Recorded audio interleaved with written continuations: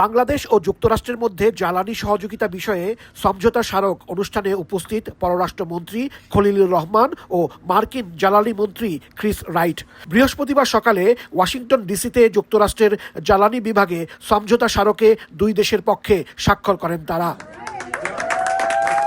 অনুষ্ঠানে সমঝোতা স্মারককে ক্রমবর্ধমান বাংলাদেশ মার্কিন সম্পর্কের আরেকটি মাইল ফলক হিসেবে অভিহিত করেন পররাষ্ট্রমন্ত্রী। তিনি এই উদ্যোগের প্রতি সমর্থনের জন্য প্রধানমন্ত্রী তারেক রহমান এবং মার্কিন প্রেসিডেন্ট ডোনাল্ড ট্রাম্পকে ধন্যবাদ জানান।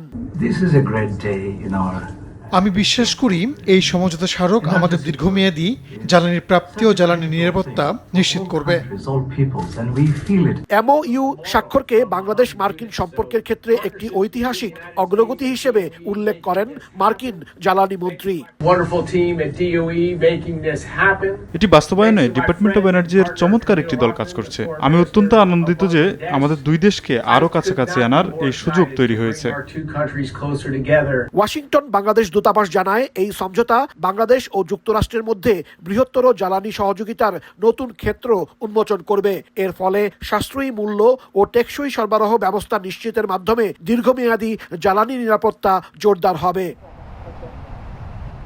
এমন এক সময়ে এই সমঝোতা স্মারকটি স্বাক্ষরিত হলো যখন মধ্যপ্রাচ্যে সংঘাতের কারণে বাংলাদেশ সহ বিশ্বের অনেক দেশ তাদের জ্বালানি নিরাপত্তা নিশ্চিত করার ক্ষেত্রে গুরুতর চ্যালেঞ্জের সম্মুখীন হচ্ছে।